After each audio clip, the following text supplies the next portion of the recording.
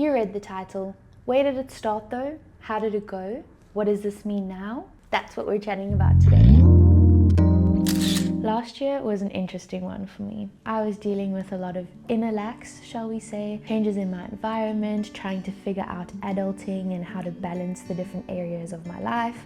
And all in all, this to say, I was not having the best time in here. By the end of the year, I really wanted change. Change within me, change in my location. I just wanted a fresh start. And I started praying a lot about my future movements, knowing I still wanted to be within the Lord's will, but still sharing the desires of my heart and the worries that I had with Him. And He very clearly told me to stay where I was, and in the months following, everything fell into place for me to do so. Now, I had to come to terms with what this meant. Staying in the place, not necessarily even physically, but even mentally, where I was struggling. I knew there were things I needed to deal with and things that I needed to learn. So I obviously stayed, but I prayed to the Lord, in this next year, 2024, would you equip me so that I can move on and know that I'm ready? I wanted to be equipped in my personal character, of course, but also in my skills, my job, the relationships around me, and in hindsight, there were a lot of loose ends. So 2024 started with a very unhappy Nina, wondering how she's gonna get through another year in this space. James 1 verse 4, and let steadfastness have its full effect, that you may be perfect and complete, lacking in nothing. This prayer that I had prayed honestly probably came out of a place of me wanting to rush the Lord's plan, or me wanting to run away from my problems. And if every Hallmark movie or TV series hasn't taught you that, the fresh start doesn't mean your problem goes away. It comes with you. All of the problems come with you. But the Lord knew what He was doing. He always does. He knew that I needed to stay in this physical place to be chiseled, to be pruned, whatever you want to call it. And He knew that there were still some things I needed to grow in. Then I go and pray this prayer on top of that. But I actually want to encourage you to do the same. And here's why. It sucked. There were so many months in this year that were really difficult. They were very busy, very chaotic, and basically a battleground. So many tears were shed with realizing the things that I would have to give up to follow Him. And I also felt really condemned and like a bad person, because this is where the Lord told me to be for this year. Why am I not finding joy?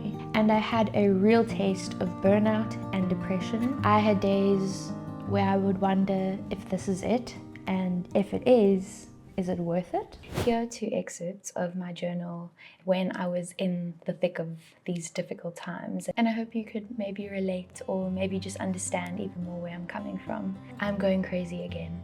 3rd time's the charm. Haha. And not because of a loss of identity or actual exhaustion or fatigue this time, but because it's too much. My mind is constantly spinning. Another one. I have no clue how to go forth from here, how to cope, how to make sense of it all. Is this okay? Do I need to chat to someone? I don't really know if I want to do that, because either it's going to send me into prideful pity or something else. I don't know. Is it worth letting go of the things that are comfortable, the things that help me get through the day, even letting go of good dreams and desires I had for my life in the Lord?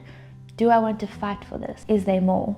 That was the big question for me. Like, this cannot be the constant cycle that I'm stuck in for the rest of my life. There has to be more. There has to be a breakthrough point. There was this one day where I was processing with my parents, and it was just all a bit too much, and I'd been feeling a lot of feelings, and this thing of if there's more, if it's worth it, that whole thing was playing out in my head, and I just wanted to escape. I was like, I'm just gonna go on Instagram and watch a bunch of reels, which is not what you're supposed to do, but I did. The Lord was so kind though, because when I opened Instagram, the first post was from a podcast that I listened to. The image of the post was literally, what if there is more? And I'm going to read you guys the caption because it just shook me. It was like exactly what I needed to hear to push me and to encourage me to fight for that more more that I wasn't even sure I wasn't even sure it was there, but I wasn't even sure I wanted it. And this just like encapsulated everything that I was feeling. She was on the other side of this battle, and it just helped me so much to be able to be like, okay, let's go. What if there is more? More than the scrolling, cultural norms, doctor diagnoses, financial statuses, or career choices? How would that change your life? Would you care? Or are you content with the bounding comfort of your current reality?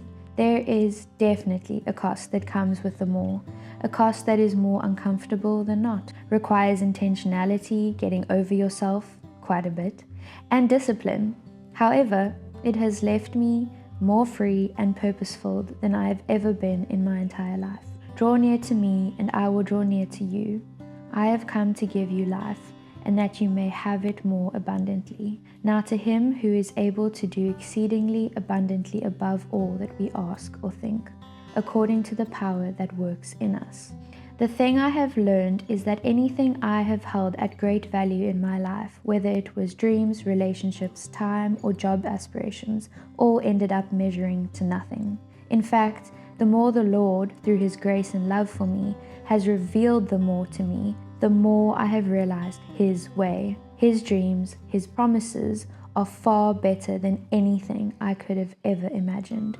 So I prayed to be equipped, and I was, but even more so, I was strengthened. I am more confident in who I am in the Lord, and confident in who the Lord says he is. I have more experience and knowledge that the Lord will come through, and it's not always in the way that I think or expect, but it's in the way that he knows is best for me. And honestly, that is life. It is a constant equipping. Every season, every trial is showing us something new, teaching us something different. Praying this prayer, I believe, helped to open my eyes to see it better and readied my heart to experience it even fuller. The Lord gave me this beautiful picture, and just a reminder that when my desires are not in line with his, it's going to hurt, because there cannot be light where there is darkness. And he doesn't do this whole heart transplant where we just immediately desire everything that he wants. It's little bit by little bit throughout our life as we hand over areas in our life to the Lord and let him take over.